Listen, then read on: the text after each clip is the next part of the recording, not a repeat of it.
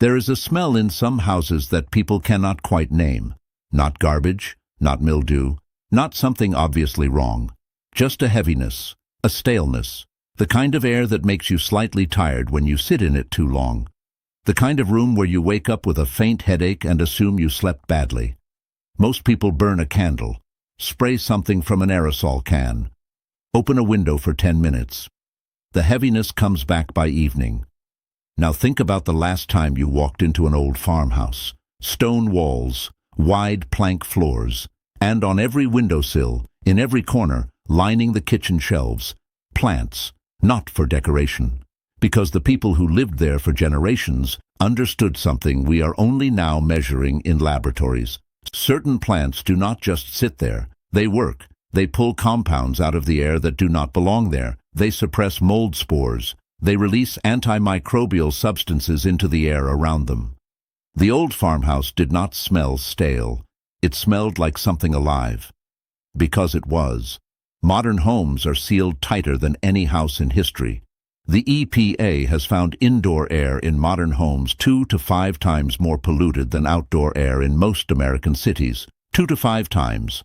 And the solution being sold is a $300 air purifier that recycles the same problem through a filter every 3 months.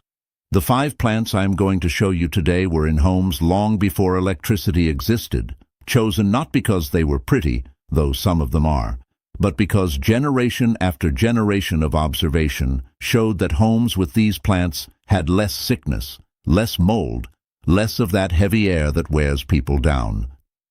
Stay with me through plant 3 especially. It has a piece of science behind it that surprised me, and it explains something about old kitchens I never understood before. Who this is from my name is Jacob Mercer. I run Jacob's Farmstead on a 1/4 acre in the Midwest. I first started paying attention to this when documenting traditional household practices in Amish communities in Lancaster County. Every home I visited, regardless of family or size, had plants inside, not random plants. The same plants, repeated, in the same positions: kitchen windowsill, bedroom corner, near the front door. I asked an older woman named Ruth Lapp why she kept a particular wide-leaved plant in the corner of her bedroom rather than somewhere with more light. She looked at me like the question was slightly foolish and said, "Because that is where the air is worst at night, and that plant fixes it." She did not know the chemistry. She did not need to. 4 generations of women before her had put that plant in that corner for the same reason. The result was all the evidence she needed. I went home and looked at the science. What I found validated every plant on her windowsill. Here are the 5. Plant 1, English ivy, the mold killer. Let me start with the one that has the most direct research behind it, because I want you to understand from the beginning that this is not folklore dressed up as fact. This is folklore that science went looking for and found. In 2009, researchers at the American College of Allergy, Asthma, and Immunology tested English ivy's effect on airborne mold. They placed English ivy in a sealed environment with a controlled concentration of airborne mold spores and measured what happened over 12 hours. Within 12 hours, English ivy had reduced airborne mold by 78%. Airborne fecal particles, the kind that come from pet dander, dust mites, and similar sources, reduced by 94% in the same period. Those are not small numbers. A 78% reduction in airborne mold is the kind of result an air purifier manufacturer would put on the front of the box in large print and charge $400 for. English ivy does it by absorbing airborne particles through its leaves and through a process in its root zone where soil microbes break down the captured compounds. The plant is not just filtering, it is metabolizing, converting what it captures into something it can use. In old homes, English ivy was a standard kitchen and bathroom plant. The 2 rooms with the most moisture. The 2 rooms where mold finds its first foothold. Nobody called it mold control. They called it keeping the house fresh. How to use it. English ivy grows in moderate to low light, which makes it practical for bathrooms and interior rooms where other plants struggle. It prefers temperatures between 50 and 70 degrees, Slightly cool, which is why it thrived in old stone farmhouses that were not heated to modern standards. Keep the soil evenly moist, not wet. One plant per 100 square feet of room space is a reasonable starting point for air quality benefit. One important note: English ivy is toxic to pets and children if ingested. Keep it on a high shelf or hanging basket if you have either in the house. Plant 2. Peace lily, the chemical absorber. Most people who have a peace lily have it because it is beautiful. White spathe flowers, deep green leaves, elegant and low maintenance.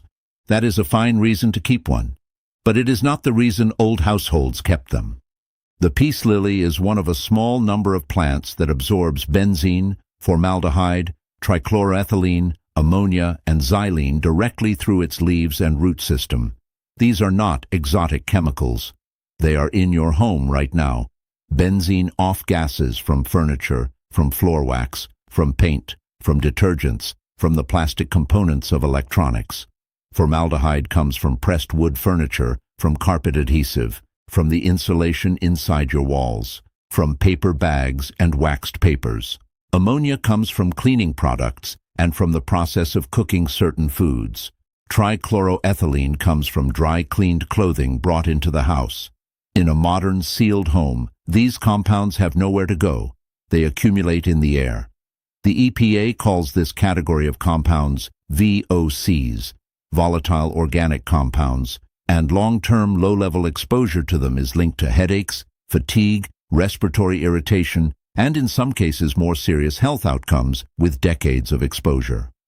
The peace lily does not eliminate VOCs at the level an industrial scrubber would. But in a lived-in room, with one plant per 100 square feet maintained over time, the reduction in ambient VOC concentration is measurable.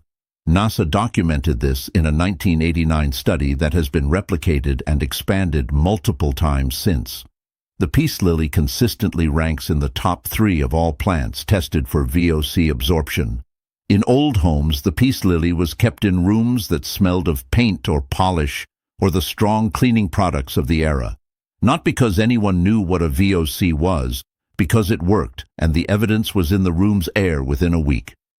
How to use it? Peace lily thrives in low to moderate indirect light, making it one of the most practical indoor air plants for real-world home conditions. It is one of the few flowering plants that blooms in low light. Water when the top inch of soil is dry. It communicates clearly. It wilts visibly when it needs water and recovers within hours of being watered. Hard to kill. High return. Also toxic to pets if ingested. Same precaution as the ivy applies. Plant 3. Rosemary, the antimicrobial. You can also cook with this is the one I told you to stay for. And here is the piece of science that reframed everything I thought I knew about why old kitchens always had a pot of rosemary on the windowsill. Rosemary releases volatile compounds into the air around it as a natural byproduct of its biology. The primary ones are 1,8-cineol and camphor. These are not just pleasant-smelling molecules. They are antimicrobial. Studies have shown that airborne rosemary compounds inhibit the growth of several common airborne bacteria, including Staphylococcus aureus, the bacteria responsible for staph infections, and reduce the viability of certain mold spores in the surrounding air. In other words, a living rosemary plant is slowly fumigating the room around it with a mild, natural antimicrobial, continuously, for free, without being lit or sprayed or plugged in. Now think about old kitchens. Kitchens are the highest bacteria environment in any home. Raw meat, eggs, milk, produce that carries soil organisms, surfaces touched constantly by unwashed hands before hand washing was understood the way it is today. Old kitchens should have been dangerous places by modern standards. Many of them were not, or were less dangerous than they should have been, and one reason, not the only reason, but one reason, is that a living rosemary plant on the kitchen windowsill was doing antimicrobial work in the ambient air all day long. The women who kept that plant did not know the word antimicrobial. They knew that the kitchen smelled better with rosemary in it, that food seemed to keep a little longer, that the room felt cleaner. They were right about all of it, and they did not need a laboratory to tell them. The additional benefit that no other plant on this list has: you can cook with it. The same plant cleaning your kitchen air seasons your roasted chicken on Sunday. That is the kind of efficiency old households ran on. How to use it? Rosemary needs the most light of the 5 plants on this list. A south-facing windowsill is ideal. 6 hours of direct sun per day is what it wants. It struggles in low light and will slowly decline without adequate sun. Water deeply, and then let the soil dry out significantly before watering again. Rosemary rots in consistently wet soil. 1 pot on a sunny kitchen windowsill is the right placement and the right scale. Plant 4. Snake plant, mother-in-law's tongue. The night worker. Every other plant on this list does something useful during the day. The snake plant does its most important work at night. And that distinction matters more than most people realize. Most plants take in carbon dioxide and release oxygen through photosynthesis, but only during daylight hours. At night, the photosynthesis stops. In a closed bedroom, CO2 levels rise through the night as you breathe.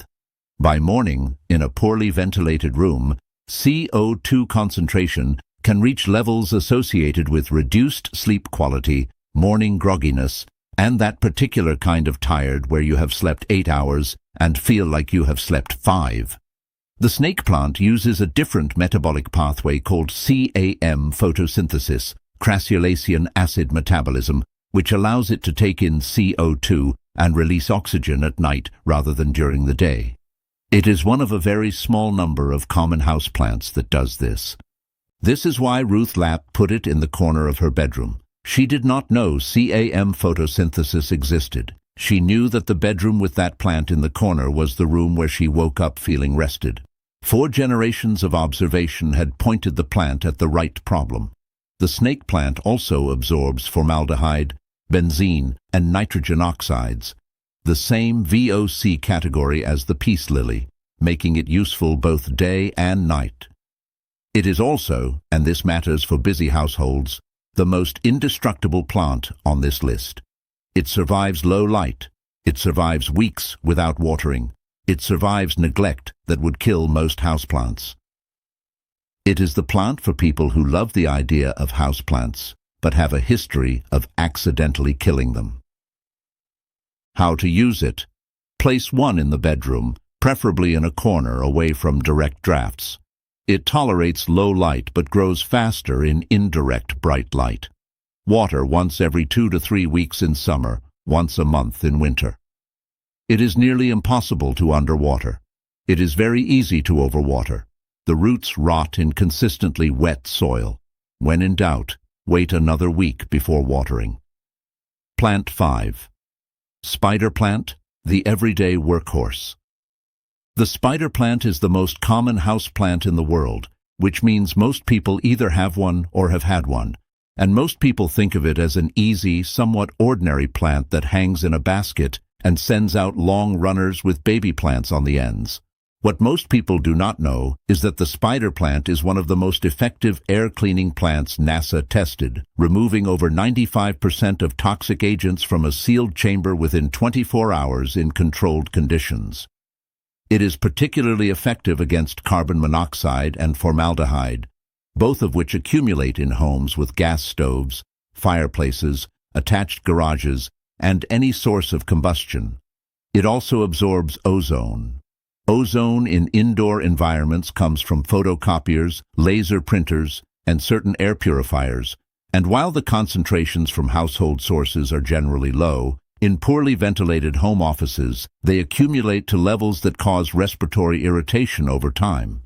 In old homes, the spider plant was in every room, not just the kitchen or the bedroom, every room, because it was easy to propagate. One plant sends out runners that produce 10 baby plants. Those baby plants, once they have roots, can be potted individually and placed throughout the house.